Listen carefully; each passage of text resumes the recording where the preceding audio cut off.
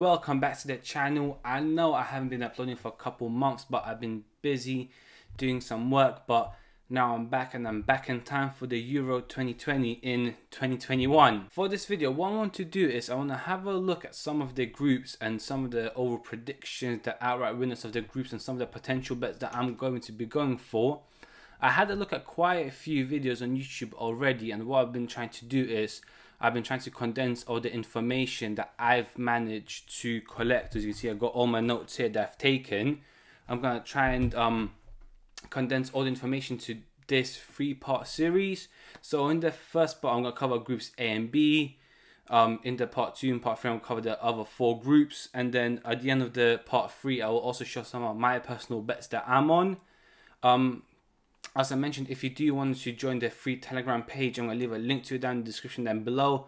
I will be posting some of my bets and selections there, so make sure to join in if you haven't already. So the first thing I'm going to have a look at is the actual groups. So as you can see here, in the groups from A to F, we got Turkey, Italy, Wales, Switzerland, followed by Denmark, Finland, Belgium, and Russia. And obviously, as you can see, you got all the other groups, but yeah, for the sake of this video of part 1, we're gonna focus on these 2 groups. The interesting thing that I've managed to learn from this one is the fact that, so for example, Turkey, you can see their first game is actually gonna be the first game of the whole Euros, and that's gonna be against Italy in Rome. Then the second game in 5 days is gonna be against Wales in Baku, and then again in 4 days, you're gonna play in Baku again. Then one of the interesting things that I've managed to pick up from this group specifically that we'll get onto later is the fact that some of the teams do actually have that playing at home advantage, which I feel like is going to have a big benefit, but I'm going to get onto that a bit later. But in terms of Turkey, as you can see here, UEFA Euros, they've been in the semi-final 2008, in the Euros 2016 they got up to group stages, but that doesn't mean much nowadays. In terms of the coach, key players, of course, Burak Yilmaz, that's going to be a big impact. Obviously, he had a really good season for Lille this season, so he's going to be one of the key man this year.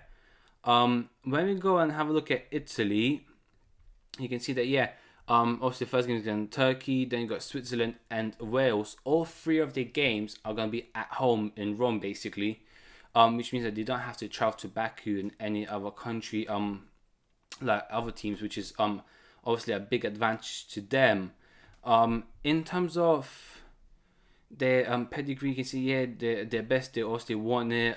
They also went to go to the quarterfinals, and obviously they have to be one of the favorites for to win Group A. Especially they do have, you know, a really good manager in Mancini. Barella of Inter Milan's been really good, and then also Chiesa of Juventus has been incredibly good this season.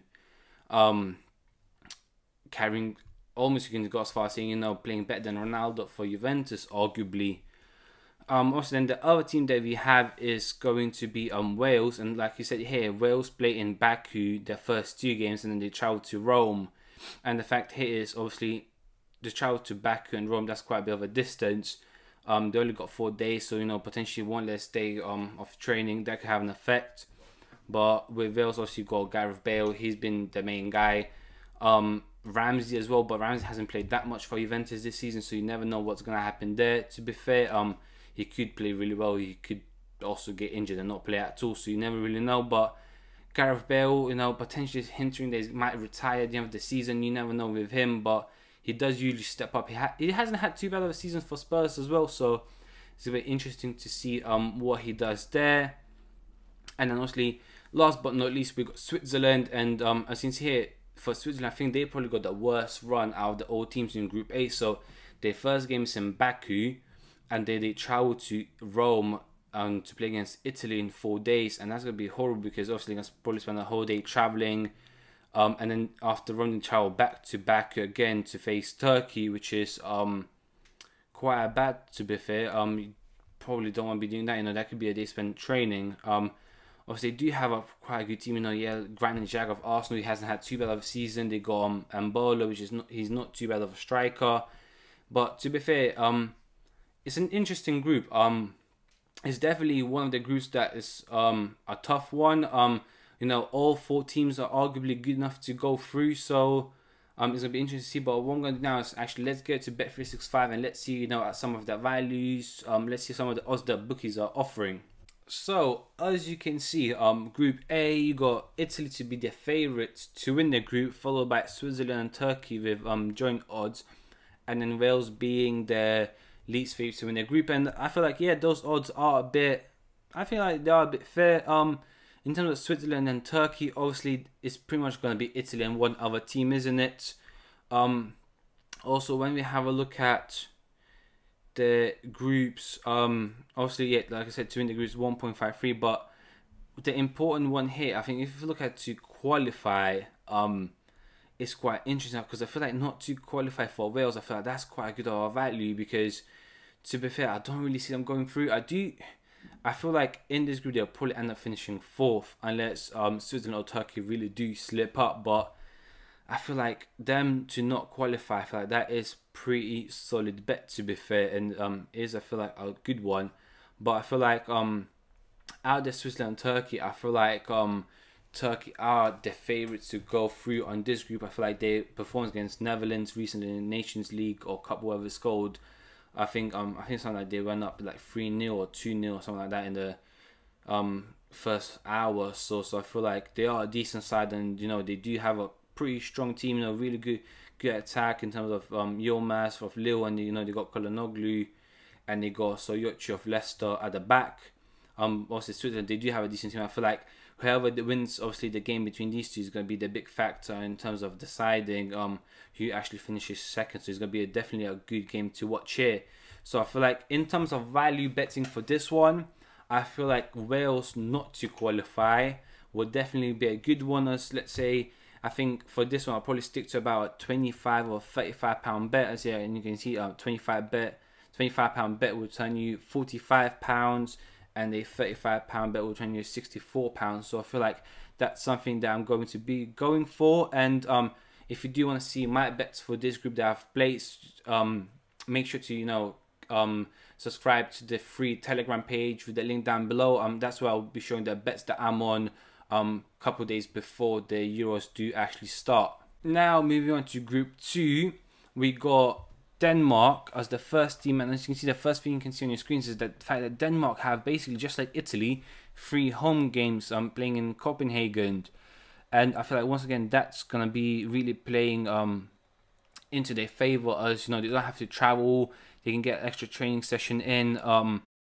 Obviously, in terms of pedigree, yeah, they haven't been doing too great as of recently, but they do have a good team in terms of you know, the starman Eriksson, he's been quite good this year. Olsen, to be fair, Kasper Schmeichel, you know, their defense is quite solid. They have a good attack. The strikers, in terms of Braithwaite, he's not exactly, you know, the striker you want to have, but it's definitely not a bad team. You know, they are hard to break down, and they can be decent. And I think it's something like they've only lost 2 or 3 games in the last 4 or 5 years in 90 minutes. So obviously that's a really big thing for them as a confidence booster, technically, going into the Euros. I think the next team in terms of Finland, it's quite, for them, it's probably one of the teams that, you know, they're not going to go through. Unfortunately, they are in a pretty tough group, but yeah, they got, you know, first game in Denmark in Copenhagen, then they traveled to Russia to play the last 2 remaining games. They do have Teemu Pukki as the main striker, but as we've seen, you know, with Norwich, he can get the goals in Norwich, but he doesn't seem to do really well when he gets up to in the Premier League. So, you know, he is someone who's probably going to struggle against the tough opposition in terms of Russia and Belgium when they do come up. So this is probably one of the easier ones in terms of, you know, he's not going to make it through to the next round of the games. Now the next team we have is Belgium, and obviously they're going to be one of the favourites to actually win the whole thing. Arguably a couple of years ago they were a bit too early before, you know, they matured into a proper strong team. But the interesting thing here is that they're going to be traveling between Russia and Denmark and then back to Russia, so that could also have a toll. Obviously a lot of traveling for them, but they haven't been doing too bad. You know, Martinez obviously used to coach Everton back in the day. Kevin De Bruyne, the PFA player of this year, the player of the season, whatever it's called nowadays, obviously he's been solid. And today I saw that he has just arrived into training in Belgium, so he seems to be fit for the first game. If not, he'll probably be fit for the second one. And they do have a really strong team, obviously. Yeah, like Youri Tielemans for Leicester has been doing incredibly well this year. Lukaku, Mertens has been incredible. The only weakness that Belgium do seem to have is their defense. The fact that, you know, they still got Alderweireld, who has been pretty solid, to be fair, for Spurs, but Thomas Vermaelen and Jan Vertonghen, they haven't been able to replace them yet, even though, you know, they probably should. They're not probably as good as they were a couple years ago. And then which basically leads on to Russia. Last but not least, they're going to be playing the 2 games in Russia, in St. Petersburg, and then traveling to Denmark, to Copenhagen. And interesting, you know, Russia have been too bad. As you can see, they also they won the Euros back in the day, reached the semi-finals about 15 years ago, and then also group stages in their last Euros. They don't have the most, you know, established team and names, but, you know, they play hard, they play well, and so it's going to be definitely interesting to see how they get on. I feel like this group is a bit easier than Group A in terms of deciding who's going to win and who's going to go through, but let's go onto Bet365 now, and let's have a look at some of the odds, some of the value that's available. So when we get to Bet365, as you can see in Group B here, Belgium are obviously the favourites to win the group, followed by Denmark, Finland, and Russia. Obviously, Russia the third favourites, with Finland being bottom. To qualify, there's literally no value in betting on Belgium. Denmark, not so much value, and then Russia could be potentially, but technically speaking, looking at the past results, I don't really see Russia going through. I think Russia will end up finishing third. So I feel like one of their bets here, one of their better bets here, is going to be Russia not to qualify. I feel like this is once again similar to Group A with Wales not to qualify. I feel like this could be a really solid double, to be fair. Before we do that, as you can see, a £25 bet would be a £65 return, and a £35 bet would be a £90 return, which is, I think, is pretty solid. But yeah, as I mentioned, you know, you could always check in together with Wales as a double for, you know, a £25 return, you're over £120, which doesn't look bad at all. And I feel like, yeah, for these 2 groups, I feel like if you want to go and do a double, you could also focus on Italy and Belgium to win the group. I feel like that would definitely be a solid bet, and I feel like there's definitely good value involved in those 2. Apart from that, there's nothing really outstanding for Italy in terms of goal scorers. They do have Immobile, who's really good in the league and cups for Lazio, but I think he only got something like 13 goals in 46 games for Italy. So, you know, it's not too bad, but it's not exactly great. I feel like the top scorer in Group B will probably be Lukaku. Obviously, he takes the penalties as well, but I think that after Kevin De Bruyne hasn't been the best penalty taker recently, so I feel like, yeah, Lukaku will probably carry on taking penalties for them. So that could definitely be one of the bets as well in Group B. But yeah, that's sort of my quick roundup for the 2 groups. If you want to know anything else, feel free to comment down below. As I said, make sure to join the Telegram. Tweet me down below if you have any other questions. But yeah, I really hope you enjoyed the video. Please smash the like button. If you're new here, subscribe. I will see you tomorrow, where we will be reviewing Group C and D, including the group obviously that England are in. So that's going to be a pretty good video. So yeah, I'll see you tomorrow in the evening. Thank you for watching. Have a good day. Bye bye.